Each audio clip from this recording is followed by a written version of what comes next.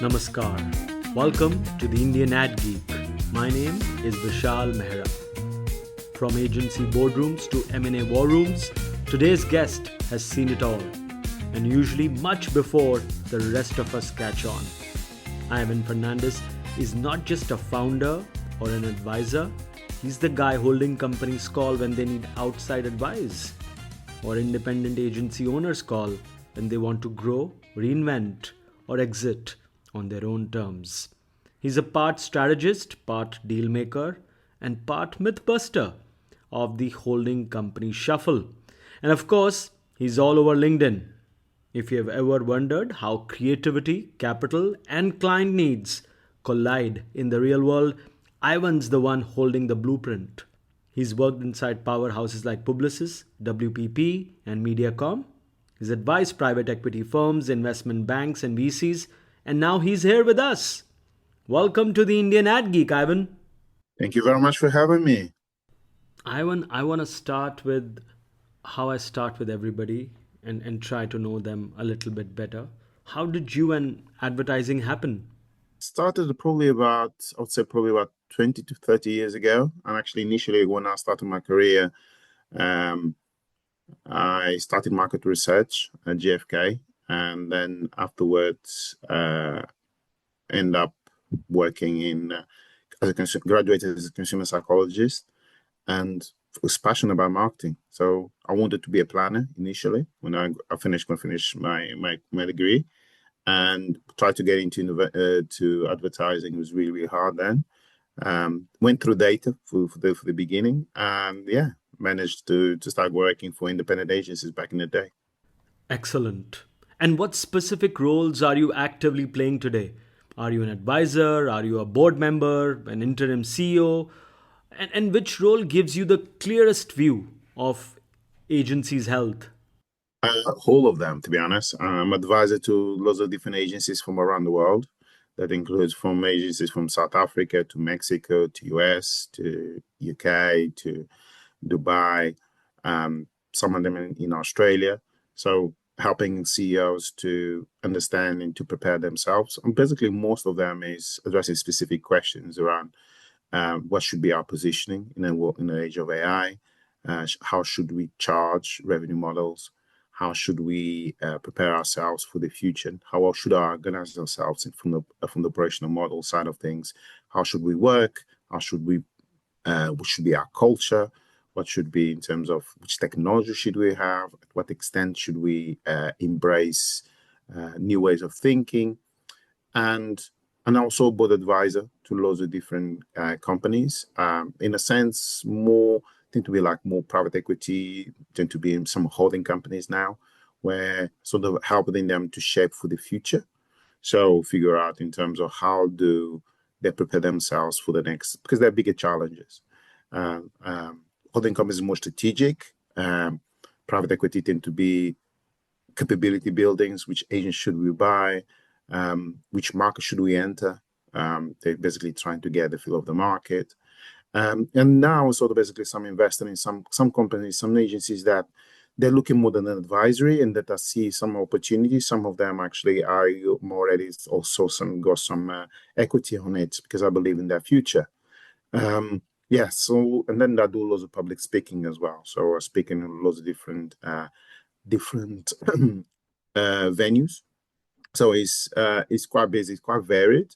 But on top of that as well, I always make time for podcasts like this, but at the same time speaking to marketing professionals. So I speak people that are already working in agencies, people that left agencies, people that are thinking in crosswords.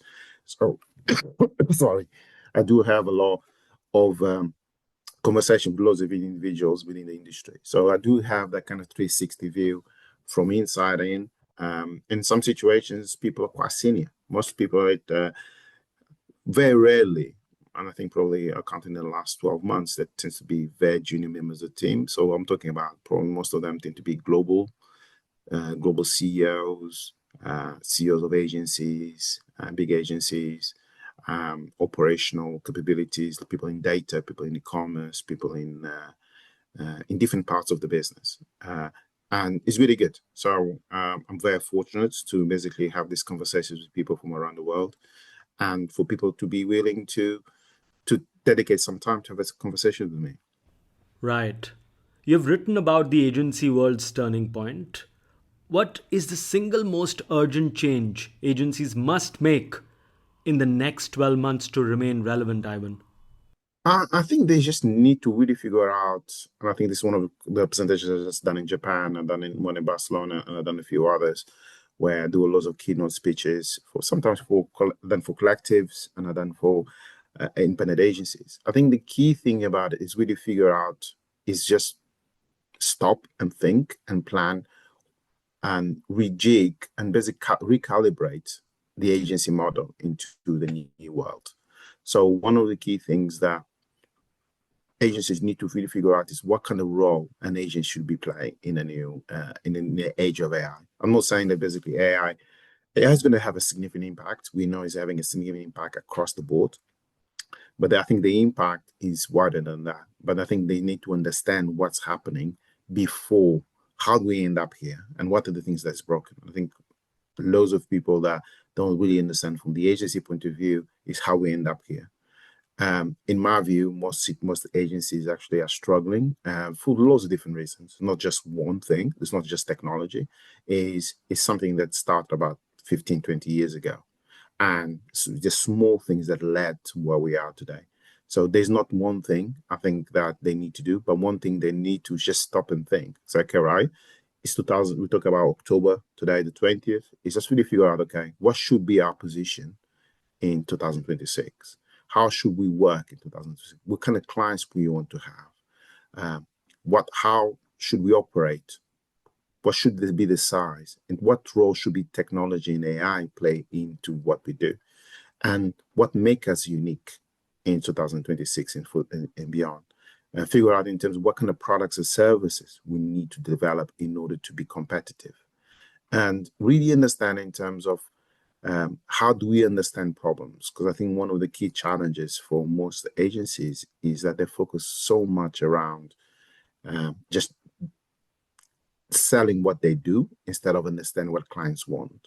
And if you start to understand what clients want, and that requires a different skill set. So going back to your question, what they should be doing, they should be having different type of people within the agencies, people that understand problems, understand, able to decode the problems, able to have a dialogue with clients, to be able to not just be a salesperson, like client service, but see someone that basically is there and help them move away from a vendor relationship into a partnership relationship. And that itself requires a huge amount of effort. So the problem that you have is just you still have the old ways of working. There's moving to new ways. And what you are seeing lots of different agencies doing is just basically making cosmetic changes and not actually changing. They just basically, oh, we are adding AI here, we are adding this, we are adding that. And that's not the change that is needed. They actually need to do a really deep dive in terms of where, okay, are we really fit for the future? And be very honest with them. In some situations, if you go today to most agencies will say, yes, we are. We just added AI. That's not enough. So the current commercial model, the way they work, the way they basically deliver value, the way they position themselves, the way they pitch, the way they negotiate contracts, the way they engage with stakeholders internally needs to change. The question is, change to what? They need to figure out themselves. It's not going to be the same for everybody. So, but they need to really understand. I think more importantly, I think I wrote about this into my posts, is that they need to, more on a position side, they need to figure out what to say no to. There's lots of agencies actually turning around and say yes to everything because they need the money. But they need to basically creating clarity for the clients in figure out what they should be doing what keeps them profitable in the future, doing the right projects they actually want to be focused on. And the problem that you have now is going beyond 2026, there's a significant amount of agencies doing work that is not aligned with their vision, or because some of them don't have a vision, but it's sort of, they're too far away to what they should be doing. So I'm seeing loads of different companies from around the world. and I'm talking to very interesting models. It varies. Some I'm seeing that the ones that emerge in technology as part of the DNA going forward, they've been having really nice profits. I talked to companies, agencies, stroke technology driven. They're on a 60 to 80% margins, and this is crazy compared to most agencies that are on the 10 to 20% margin. So they are new models emerging. The question to 2026, what they need to change is how they should prepare themselves for that future. In my personal opinion, agencies in the future are going to be smaller. So they're going to be smaller, they'll be more agile, be more technology enabled. But at the same time, when you have this kind of element of technology driven world or AI enabled with this world, you need to create some identity. So what's going to make you different in the new world? If everybody's going to be using technology, if this becomes a commodity, what's going to make you different? So it is an interesting space. So in the next 12 months, agencies actually just need to stop and have the right conversations. And this is a conversation I'm having with. I just had the call now with one of the CEOs of one of the agencies I'm supporting. So I have conversation with them every week as part of my retainer services, where we talk about different things. We talk about IP. We're talking about in terms of products. We're talking about in terms of R&D. We talk about in terms of positioning, going to market, partnerships. So really deep conversations around where they are today and where they want to be.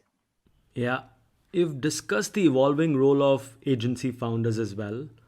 What are the biggest shifts you have observed, and what practical advice do you give founders who want to grow, exit, or rebuild?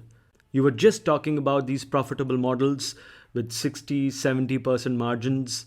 How do these founders differ from others in the industry?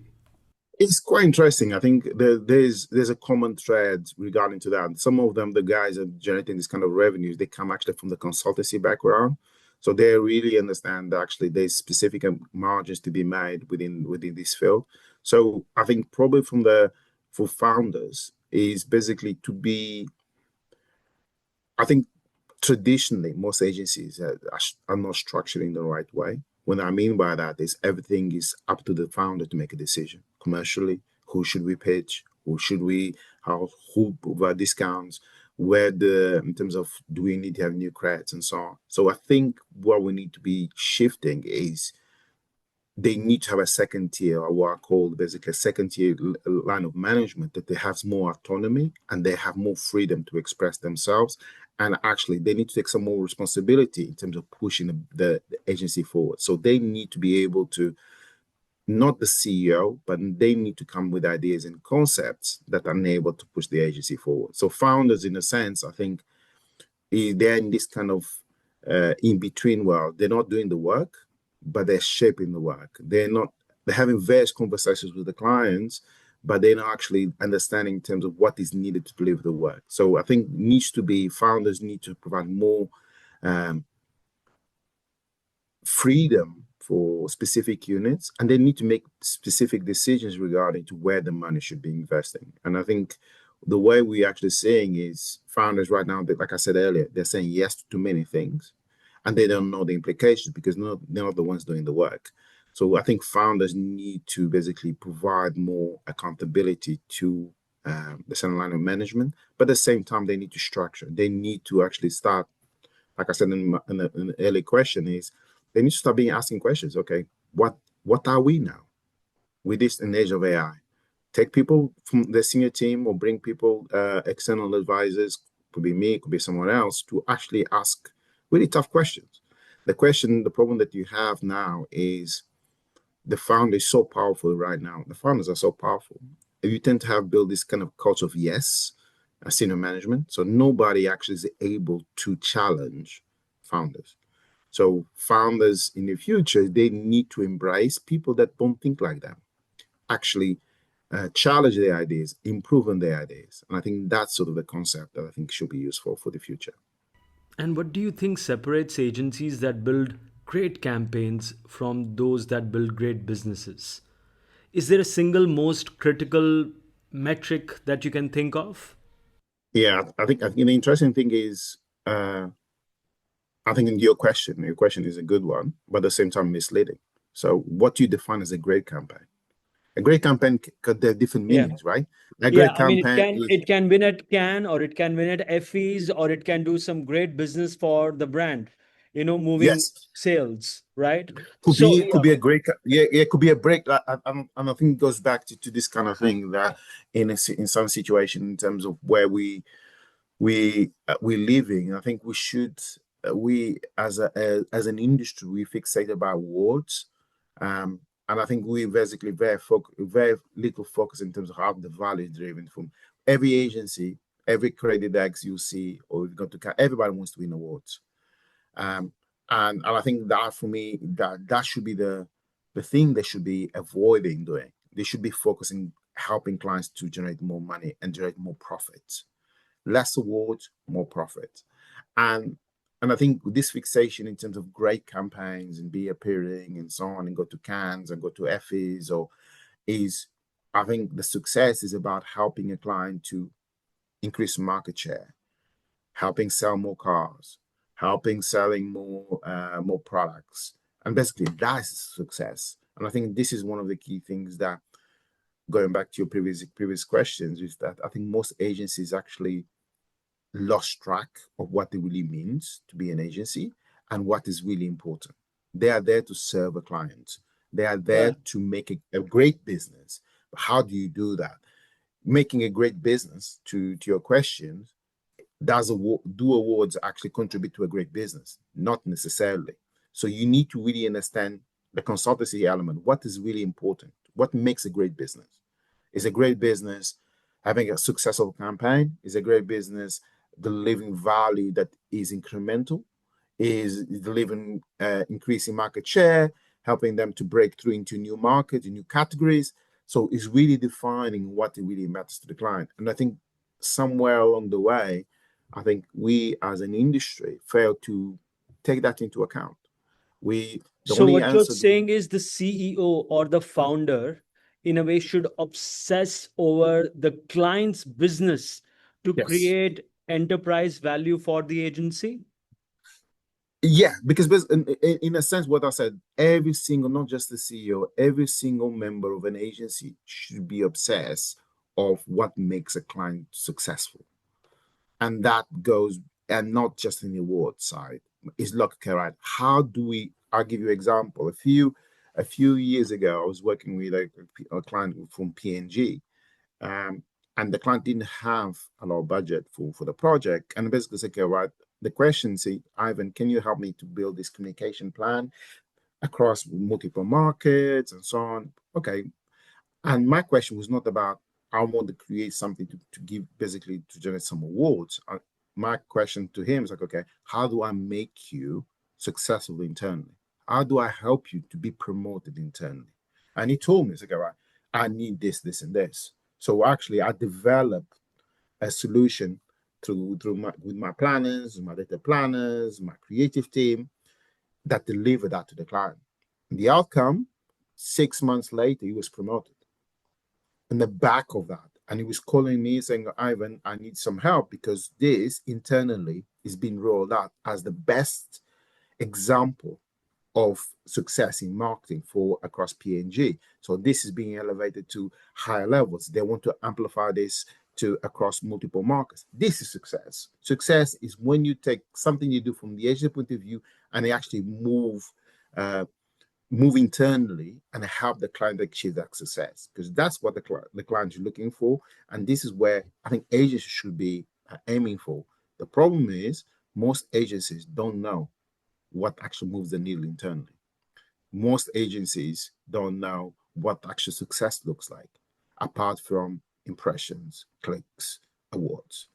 So I think as a group, we need to shift that conversation into something that is more meaningful because it's about value. So when you talk about enterprise value, yes, it's important. So some clients want to increase value, some want to break into a new market, some of them want more support to help them to grow. Basically, it could be a flattening growth in specific regions. They need someone to come in and accelerate and bring those figures to a higher level. So we need to understand as an agency what is really important, what is moving the needle for the client. And I think requires a different type of people. And we need to be honest about it. We need to say that right now, we don't have this type of people internally within agencies that ask those questions. We don't have people internally that are technically enabled people. What we're saying to them is just train an AI and you'll be a better person. That is a different role.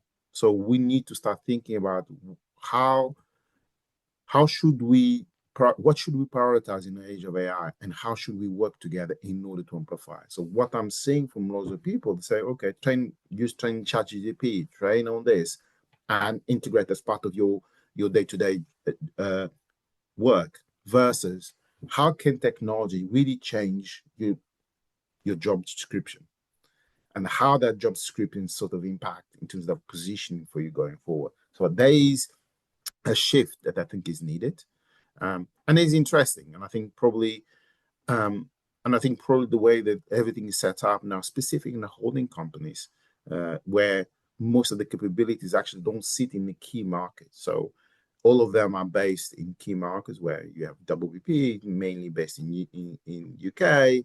You have Omnicom, UK, your head office, IPG, publicists in Paris.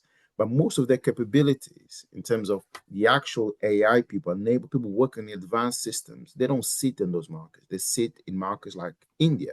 They sit in markets like Colombia. They sit like markets like Philippines, like Guatemala, and like Vietnam, like Thailand.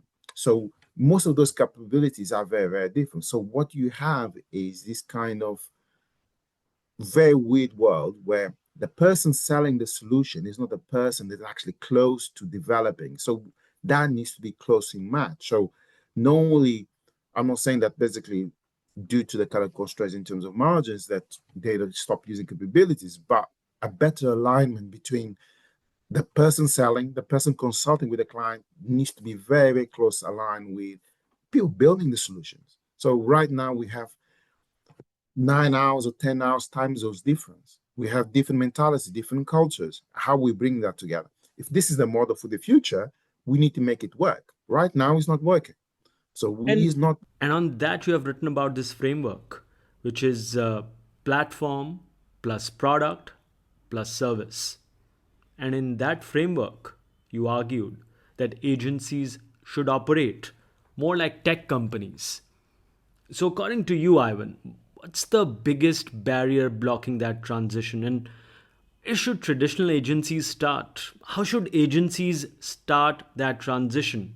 They need first, the first stage, they need to transition to products. Most of them, they don't have any products. So they need to figure out in terms of how do, as if I basically provide a service right now, because they all do provide services, they need to start creating products. So, Start thinking. productizing their capabilities. That's what you're saying. Yes. Yeah. IP could be like an IP, creating products that basically could be sold to clients. And then when you move from that, you actually start building a platform. So a platform becomes overarching ways of working that includes the products and the services, but at the same time can be adapted to different client needs, different regions. And then after probably what so if you read normally articles saying as well, they need to move into an ecosystem play. The ecosystem play means that is integrated with the client's business. So basically, you're building a system that basically could be adjusted, but is fully integrated with the current operating model of the client. So the reason to your question is what they need to do. They need to have different people. They have different thinking. They need to think like a tech company. The problem that you have now is most agencies, they don't think like tech companies. And there's a lot of pushback. There's lots of agencies that still believe that they're craft based and they don't want to be tech companies. But right now, tech companies are the ones that basically are generating the most profitable level of income. If you look in terms of the profitability of Google and the profitability of Meta in marketing services, is double in terms of margins, are double than traditional holding companies, because most clients they're turning around and say, actually, we are better understanding data. Because you go to lots of different agencies, only now most of the agencies are becoming understanding what are the key components of a platform. It's like, we need to have technology, we need to have data, we need to have content, we need to have production, we need to create creative. So creating this kind of platform base doesn't necessarily mean that everybody's going to have platforms and they're going to be all the same. But anybody can basically create different platforms. We are seeing different platforms being emerging in different markets. We're seeing platforms emerging for creative. We are seeing platforms created for PR. We're seeing platforms created for verticals. Some of them are more focused on entertainment. Some are more focused on healthcare. Some are more focused on influencer marketing. So you can actually fine tune creating a platform that enables a client to really understand what they actually buy. The problem that we have from the past is most agencies, they like that model, but it's not good for clients. Basically, most clients didn't know what they're buying. So when you're building a platform, you're building products, procurement, FP&A teams, CMOs know what they're actually buying. And they can say, we like this and we don't like that. So what are the problems that arise from that is most agencies struggle to transition to this kind of tech play. Because like I said, not only then they don't have the consultancy people, they don't have enough tech people that talk business or speak marketing. They never sold platforms. So that's a problem. How are you going to be selling platforms? It's not just about building a platform and have an implementation team and have a management team. You need to really understand how that platform would work with the client, how it's going to add value. Some of those platforms, some of it, we're still going to sit within the agency land, but they need to provide different type of outputs. So at a platform play, we are seeing specific types of business agencies moving in that direction. So agencies that came up after 2015, 2016, somewhat a bit early 2012, they were actually platform-based. And this platform-based actually came from private equity-backed agencies, where they actually said, we are going to build, we look at these holding companies or these agencies, and the way they're set up is not the correct way. If I think we can make money out of this, so let's create a different type of business in the same space. So we're going to have less people. We're going to be digital first. We're going to create a platform where we'll build capabilities in different areas. So we're going to buy an influencer capability. We're going to buy a creative capability. We're going to add a data capability. We're going to add a CRO capability. We're going to create this group of different agencies serving one client. We're going to use the platform. We're going to have different elements for different clients. But the client knows when it comes to us, they'll have all of this. Some people will say, okay, this is a different definition of integrated. No, I think this is basically a system that is technology-based, is clients see it and enables automation. What is the result? Most of these private equity-backed challenging networks, they're all smaller than traditional agencies. Average, some of them between 1,000 to 5,000 employees, but they're generating billions. How? Because they're using technology, they're using marketing, and they're using a different type of model. For example, if you look at case of Stagwell actually is quite an interesting model. I think I wrote about that, where basically you have potentially 4 different models into it. You have one model that is, we are an agency. 2, we have products. 3, we have a platform. And then 3rd, they have like a VC model where we buy agents, smaller agencies, bring to the platform, we improve them, and we sell them. So that's an interesting side that actually is coming, and I think most people should be more aware of it. I remember you had this piece called How I'd Build a Marketing Agency, roll up in 2025. That piece emphasized on operating system rather than a holding company. And, what do you think are the specific elements that a PE-backed agency, what are they missing in their integration? What can they do right? What can they fix? That's what I want to know. Most of them, like I said, the people are feeling they're not, then in this situation, they are doing very quite well, to be honest. If you think about is there's 2 sides that probably they're not doing so well. Is one is the current mod itself, because most of them, they use the financing, the investment strategy they use for most of these challenger networks. They use LBOs, leverage buyouts. So they buy agencies using debt that basically supports the acquisitions. And they do have they don't tend to have a medium to long-term plan for this type of units, because it's part of their investment fund. The fund basically runs, they need to exit at some point. So one of the weaknesses is time. So the timing that basically they have to mature, they need things fast. So they actually quite aggressive to how they go to market. They're aggressive the way they engage with clients, and they're not the patience. There basically is not great. Is not great. So in my account, I think probably there's over 60 to 80 different types of private equity backed challenger networks and various different sizes. Like I said, I think I wrote a post about that where I named about 20 of them. This but list is goes on. If you anybody that wants to go to my follow me, will see that I talk about this. I've spoken in the past where I shared a list of 20 different ones, how they're different, what type of area they're looking for. These somewhere because I post frequently, probably some people missed it. But that is an area that they are struggling with. They're struggling with that kind of building this kind of medium term, long term. The other thing that basically, because it's a financial side, it's through LBO, is they could do better because they're very dependent on interest rates. So because they borrow money in order to buy these agencies, the high interest rate is not good for them. And probably the third thing they're probably struggling is they're trying to struggle to find good agencies.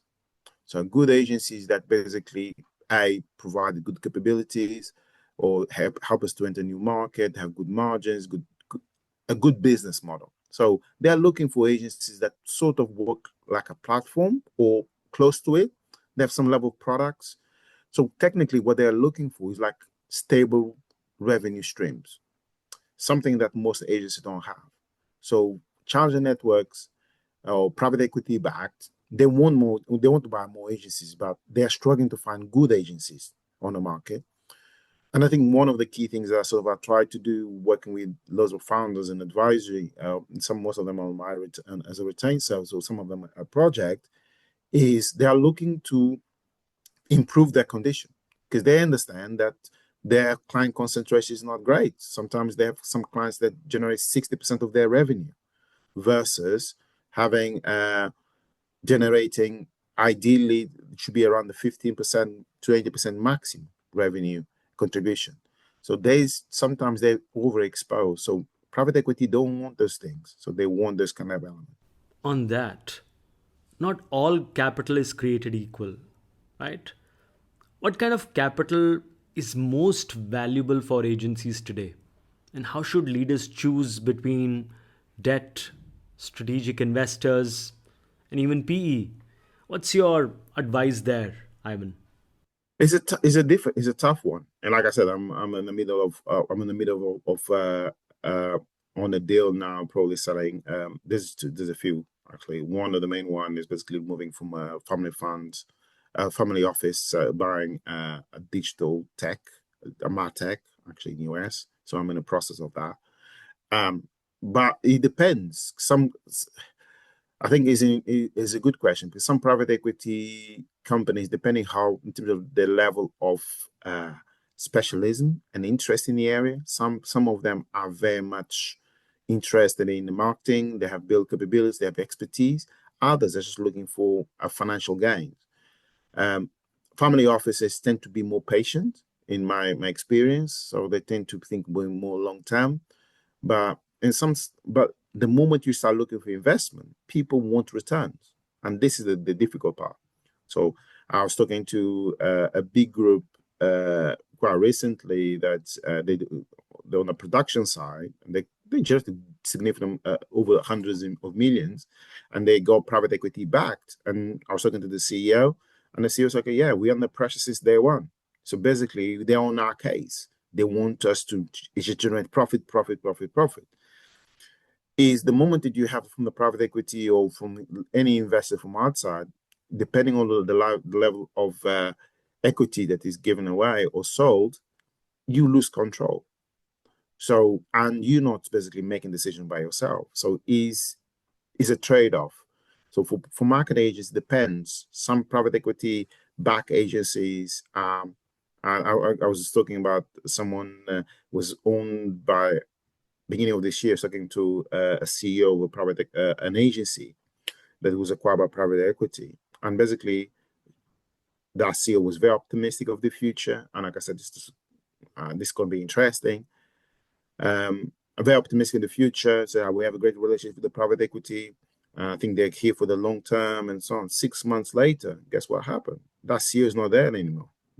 They got rid of her. So is the reality is, and I was talking to another marketing professional last week, it's like there's no stability in terms in the marketing industry today. But when modeling debt versus equity, how do you quantify impacts on creative investment, on client churn, and talent retention? Not really. I think, like I said, I think is the books are. I think there's three elements that I'm normally looking for because I help lots of these companies. So A is what kind of space they are in. Is this a growing space or not? So if you think about, is a growing space in either, for example, are they healthcare? Are they influencer? Are they like media in US now? It's quite hot. Are they in a growing space? Okay, take how how they're positioned in the market. Who are they competing with? Look at that. Which clients do they have? How their books look like in terms of, are they growing revenue? Are they basically, do they have a huge amount of debt? Do they have high level of costs? Start understanding the books. And then the other side, when you talk about in terms of you're asking for the credit and the debt, it's like depending on the type of deal, because in order for you to go for the debt side of things, you need to have recurring revenue. You need to be able to pay back. If you're going to ask for a loan, you need to pay back. So you need to have a business. You need to have the right positioning. So that money does not come in freely, because if you basically the bank or a private equity or an investor, they want to get returns. So you need to not only be able to get this money and have a very clear path to how you're going to basically be able to add this debt into the business and pay back at the premium, because you need to pay some level of premium back to the investor.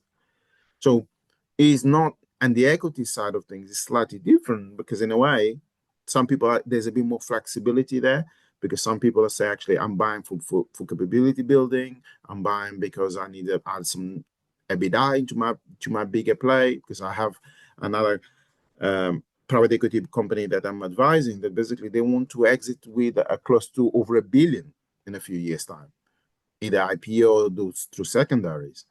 But they're just looking for EBITDA play. They're looking for specific plays, but they're looking for EBITDA play. So, and they were looking for agencies for, in one market, in one region, actually, they were looking for over 12 months because they didn't find the agency with the right EBITDA. So that was a priority, in the right place, in the right EBITDA. So what I'm saying is, there's the moment you're going to go for investment, there's a trade-off. And the trade-off is, in order for, if in credit, you need to have specific amounts of, let's say, in my case, the ones I only deal with is they need to be at least 1 million profit or million margin. And then basically they need to basically generating at least, EBITDA needs to be around the 1 million, or at least 5 million plus revenue.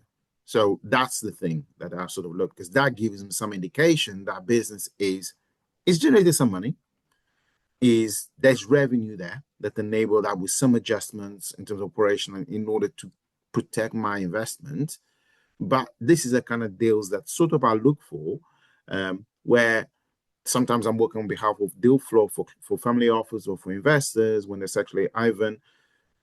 And some people have mandates, so people that are open to spend 100 million to 100 million to $1 billion in acquisition for the right deal. They're open to those conversations. And I'm looking for the right chemistry. For example, someone is generating huge amounts of revenue, but the profits are zero. Something is wrong. So it means that in order, if it's credit, I need to do a lot of work in order to bring the money back. And I'm guessing from your M&A advisory work, those would be the red flags that would make you walk away from an acquisition target immediately, right? Yeah, that's correct. Because basically, there's huge amounts of companies out there. I get lists of companies, agencies being on the market in India, in South Africa, in Europe, US, South America. I get those lists every week where Right. people approach me and say, "Oh, Ivan, there's 10 agencies for sale. There's 10 agencies in India, 15 in India for this week. I get all those lists and I can see more or less what is sort of the market. Yes, people sometimes walk away. If it's not the place they want to be, they don't have the expertise. There's some people that are very specific. I got people that is only looking for buying just in Asia. I got Got people that it. say, okay, we want to buy just in we want to buy in Thailand. I want to buy in Thailand or Vietnam or Philippines. Others want to buy in Japan. Others want to buy in South Korea. People want to buy in Dubai. Some people want to buy in Europe. What do you think are the most common mistakes agencies make during acquisitions or integrations? And you were talking about your experience with Indian agencies and agency owners. What trends in agency M&A do you expect to shape over the next few years? Yeah, the most common thing in terms is the projected value creation that you have. With people say actually the reason is the reasons why you're buying or you're buying or selling or integrating is the value creation that basically is sort of implied. So basically they feel that there will be synergies and some of those synergies are not so clear. And so very difficult to materialize post merger. So the PMI side of things is they fail to account levels of different levels of culture, level accounts management, different clients, different appetite in terms of the employees to adopt into new ways of working. And I think you see that from the example, like for Merkel with Denso. I was quite recently in Denso. I was in Japan speaking with WPI, and and for first hand, I realized that potentially that is very difficult to merge these two different cultures. Personally, um, I think we as an industry from the Western side of things, there's a lot of things we can gain from Denso because basically the way they do business, the way they operate, actually, the way that actually they dominate the market, and the way there's so many good things that from Japan that will benefit actually in the Western society. And I think probably if we had that kind of approach, probably our lives would be easier as an industry. And I think the way they service clients, the way they approach in a way that is uh, commendable in terms of how they deal with clients, I think is great. I think the problem that you have is how do you create those two different worlds where people in the Western market work are being used to this kind of informal ways of working versus the way of approaching Japan. So in India, I think is interesting. I think India is getting to that kind of phase very similar to China. So where in the past China was the production house for the world, so they manufacture every single product for the world. And I think the opportunity for the mergers acquisitions for India is, and where happening in China, they sort of migrate into creating their own products, their own brands. I think the interesting thing is from India, I think they still this kind of lack of emerging technology, emerging solutions for the market. When you're in a similar boat as China, where most of the capabilities will sit in India, right? You have loads of intelligent people, highly qualified, deep expertise in industry from the Western point of view. They actually connected with or either working for holding companies, but they're not creating the best solutions. But the interesting thing as well is not only you have that, but you have big consultancy players in the technology side, like Wipro, Tata, basically huge amounts of technology driven that basically they're creating systems around customer experience, around marketing. Um, and we are now seeing this kind of emergence of solutions or Indian first or in solutions for the world. So at this moment in time, I think the moment that starts to the Indian market starts creating their own solutions for the world, either in marketing or either in technology, we're gonna start seeing loads of M&A. I think at this moment in time, we're not seeing that kind of M&A in India because I don't think we are seeing, like, I'll give you an example, like Israel. Israel is like a small, tiny market, but innovation there is just, there's so much innovation that is just like crazy. And the backbone of that is some of the people that are coming from ex-military services leave the office, basically they're exposed to lots of technology and they leave and they set up their own startups. And those startups are aimed for the global market and they become very successful. So they do it very, very well. The question is why India is not doing it. And most of those companies in Israel are being acquired through M&A. The question is why India is not doing that. I think that's sort of the missed opportunity. Let's try and shift gears a bit. All right. Let's say you had a 12-month turnaround brief for a mid sized independent agency. What would you prioritize in Q1, in Q2, and Q3? What would be the things you would want them to focus on in different quarters, probably on their path to a turnaround? Yeah, I think that probably I would not have any plan for them for the first 3 quarters. I'll first understand their business, understand where are we now, what have we done, what are we selling, and then define a model and a strategy. Then the second round, now I know where I want to go. Then I put together a plan. I think the problem that you have is just in most situations is to that kind of a strategy is when you come in and say, okay, focus on the next in the next 3 months, do this without actually having a plan. You're sort of guiding someone in the dark because basically, and you expect them to deliver because you haven't given them the right instructions. You can give them a plan, but if the plan is giving you to a different path that you don't want to go, is a pointless. So you need to actually define which path you want to go, and then from understanding where the path you want to go, and this is my point earlier, is you need to understand where you stand for in the age of AI. You need to understand where you want to go. Things going to be changing. You need to plan ahead, contingency plans when things are going according to plan, when competitors coming in and so on. You need to create like a mini plan and then provide this kind of quarter. So, okay, how do we promote? How do we engage with clients? How do we transition? Do we have and it varies. It varies from different strategies. From, like I said, do you want a strategy to drive more customers? Is it to basically to sell more to customers? Is it to become more relevant? Is to drive more client lifetime value? So there are different strategies. So different priorities for different agencies. But one of the key things that I'm working with some clients right now is how do we drive growth? How do we position? How do we organize ourselves? How do we basically drive better innovation? So in a sense, in terms of waiting for innovation to hit in our door, how do we basically plan ahead and build systems ready for what's coming next? It's possible to do that now. So we have systems and we have capabilities. This is what I'm doing with clients now. It's like, okay, right? Instead of you waiting what Google's going to announce in 12 months' time, they're going to go to market. We now have systems. I'm working with some of my CEOs. Like, okay, right? We have systems where we're tracking what they're actually doing inside Google in order to really understand, okay, right, is this an area we want to go? If not, we can push it going forward. So there are different ways that different focus. So in that scenario, it could be a growth plan. Another scenario could be a revenue strategy plan or testing. One of the key things I talk a lot is moving away from just price-based and cost-based and moving to value-based pricing. Could be a plan. How do we move in the next 3 quarters? How do we move away from cost-based?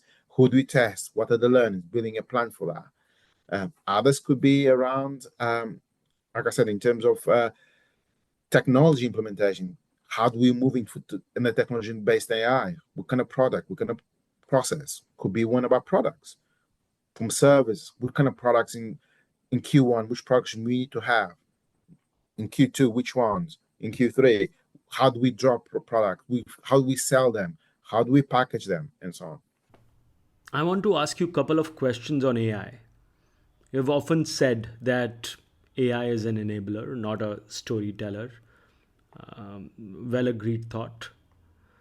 Now, if AI handles the enabling, what's the newly elevated, irreplaceable role of the human creative director in 2026, according to you? So I think that's the question that, like you said, what kind of question, what they should be doing focusing 2026. That should be the question for every creative agency should be starting. So and this is going to be individual question for each agency. So saying, this is what we've done, this is what we're all known for. If AI is going to be doing all of this creative work, it's going to be doing all this optimization, what should be our role? And more important, which role should we be comfortable with? And which ones we want to be part of? So this is a quite interesting side. I think from the creativity point of view is still the unknown side, because I think there will be a balance between the technology and craft between the two. In some situations, there'll be a lot of people that be happy to have AI creative all the way. There'll be other people that basically were very, very, very keen just to have the balance between the two. So it's creating that kind of balance between the two. I think creative side is going to be really impact. We're going to be impactful in the future. To the example of Facebook, Facebook has said actually the only thing they're waiting now, because the AI provide them with creative. Now they want to go. In the past, they have for SMBs, they went to mid market, and now they're going to enterprise. They're actually saying actually now we can do creative for you. So I think agencies need to be asking that question themselves and saying, okay, in this AI enabled world, what do we stand for? What do we stood for 10 years ago, 5 years ago? Okay, great. This was going to change a lot. When we basically, um, we're going to go into this new world, everybody's a creator now. Everybody can create an application. Everybody can create a campaign very easy, very quickly. So what should be our USP on this?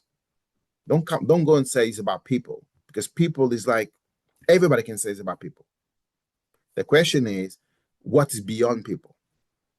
And I think this is an individual answer that they need to get themselves, and that should be the way they should be selling going into the future. All right. Now, for agencies trying to become AI native, what are the first two hires or capabilities that actually move the needle, Ivan, for for agencies?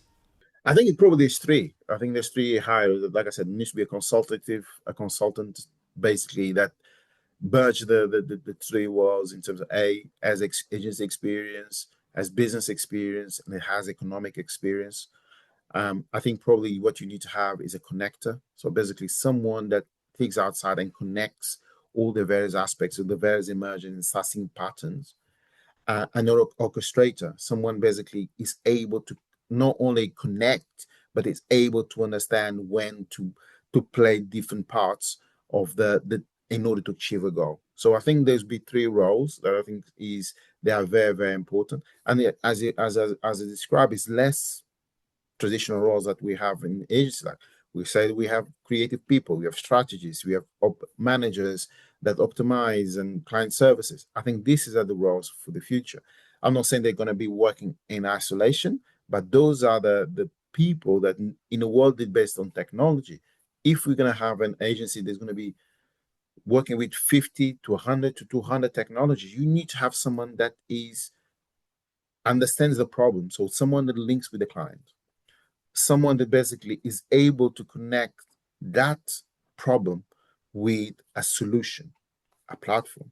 And then you need to have an orchestrator internally that is able to say, okay, this is the various elements that need to play together in order to achieve a solution for that problem. So is a different type, and could be the key elements, could be a mix of services and products and platform in technology and data. So include, I'm not saying that basically creative is not going to be missing, but it needs to be something that to be leveraged in a certain way that enables some level of alignment for the client's problem. So the end of the day is how you deliver value. It's how you bring orchestrated value to the client and how you basically connect. And I think this is probably the most important part. Because if you don't have those three things, those three elements, a consultant, someone basically thinks about probably a connector, this goal, a good mindset, an orchestrator, you can't survive because technology will keep changing all the time. And you need to have people that are paying attention to the changes and how that changes your business model, your destination. So you need to have ChatGPT going to OpenAI going to change tomorrow in the next 3 months. Google's going to show something. Facebook's going to do something. You need to have someone that thinks outside your business Right. and brings technology inside the business. Correct. And one of the other challenges, of course, is the brain drain.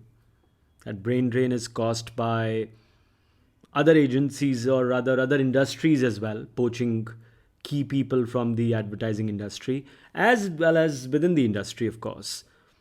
Now, what can agencies do to stop that and foster innovation from within in a way that survives and scales, um, and makes everybody's career much more meaningful?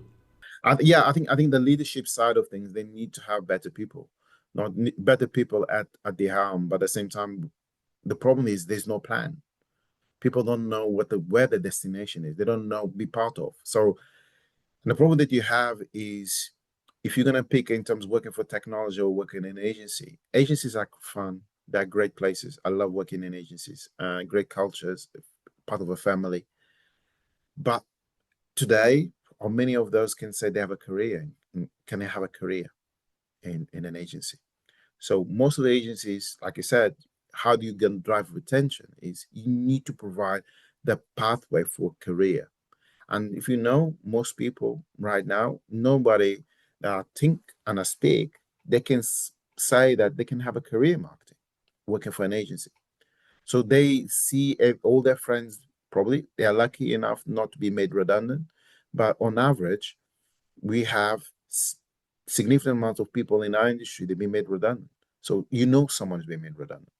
A friend of yours being redundant. A friend of yours looking for a job, and a friend of yours saying, "Oh yeah, how toxic it was," or basically working really long hours, not being rewarded, and so on. So where there's politics at play. So the environment that actually, in order to drive the kind of retention, you need to sometimes they prefer to go to these tech players because they say, okay, actually, it's quite rigid structure, but it's by merit. I grow, I go, and there's a career. If I perform, I stay. It's not going to be as fun. It's not going to be as jovial as other environments like an agency, but it gives us some level of security. And right now, in the current mode, there's a bit more security in a technology companies versus an agency because we know that all of them are struggling, uh, and the only thing that basically they can cut when they're struggling is people. So the is the cost. People is a cost. So it doesn't give you a lot of reassurance working for in a rotation play when you are the thing that actually drives cost. And the culture itself in the past tends to be you win an account, you are recruited. You lose an account, you basically made redundant. So that's not a good environment. In performance first client relationships, how do you prevent creativity from being reduced to just optimization, making that relationship much more than just transactional while still proving long term brand value? Yes, focus on having the right people in the right places. I think one of the key things to the previous question is about how the retention side. If all the people that are being made redundant quite recently in most agencies tend to build people that been there with a specific amount of time, and they're the guys that build relationship with clients. So right now, we are asking agents to build a relationship with clients in a world of craft, but in the same token, we actually make the people that have relationships with clients made redundant. So goes back to this kind of thing in terms of really step and stop and I really ask, okay, all our actions are these actions we're making now helping us or affecting us in the future? Some of those things I understand in terms of some of the economic point of view that agencies need to balance the books, but you can't be building relationships with clients and say we want to have a closer relationship with clients, but at the same token, the people that the client trusted, you're making them redundant. So you can't have both. So client trust that build the relationship throughout years with specific individuals with your agency. And then because the numbers are now making, and you actually decide, okay, oh, we don't need you anymore. And this was the person to build a relationship. And then you next day say, oh, let's build client relationships. Because with a new person. So it is the same way you have a friend and you're talking to 15 years and say, oh, by the way, oh, I'll stop being a friend. I'm gonna bring someone new. And you're starting again. You need to know that person again. You're not gonna have the same relationship. So what I'm saying is I think all these actions, instead of just looking to one specific element, agencies need to start thinking about, okay, what are the implications of what I'm doing what I've done into what I want to be, where I want to be. So that's the key thing that basically, in my view, that needs to be addressed. Ivan, are there any insights from conversations you have with agencies and their founders on their repositioning work? Anything that would surprise people about where the industry is actually headed? Is an interesting side. I think probably the most surprising is the specific amount of the reposition. There's a huge amount of agents, tech-enabled businesses or an agency-enabled businesses that is more. There's more agencies doing that, and I think probably what is surprising as well from the other side is the specific amounts of the huge amounts of white label solutions where independent agencies or tech players they're very, very good, and basically most of holding companies or big challenger networks are using them as a white label solutions. So clients actually paying for services that are actually being delivered by smaller shops in either India or Mexico or South Africa or Dubai, where they actually have solutions and they're so client ready that most of the times they just white label and put a markup and sold to clients. So I think what is for me is surprising is that one of the key things when I look into their creds decks and the client list is basically full of global brands, Coca-Cola's, Reckitt's, Diageo's, the P&G's, Unilever's. So these are small amount of companies that basically they are doing agencies in MarTech doing such a great work that most of the times they're not recognized. And the same token, I see some of these big agencies and holding companies included going to Cannes and presenting their work as their own. So that's an interesting piece where basically there's this kind of gap of currency. So what we want to be able to do is creating that kind of more visibility for this type of agencies. Yeah. All right. Thank you so much for your time, Ivan. I really appreciate it. I know you don't do many podcasts, so it was great to speak to you after many months of knowing each other and different conversations over this period. Thank you. Thank you very much for having me. Speak to you soon. Ivan, thanks for bringing the real talk today. Whether you are an independent shop trying to figure out if now's the time to scale, thinking about raising capital, or wondering if you should start looking at exit options, the key takeaway is this: stop winging it. Get a plan, get strategic clarity, get the right partner. Next Sunday, the Indian AdGeek features the founder of Visual Approach Analytics, Courtney Miller. If you've enjoyed this episode, don't forget to hit subscribe, leave us a review, and share it with someone who might enjoy it. The Indian AdGeek streams on all major podcast apps. I'm at Vishal1 Mehra on X, and everywhere else. Hit me up with your feedback. Until next time, keep your creative antennas tuned, your AdGeek flag flying high. Stay quirky, stay curious, and keep geeking out.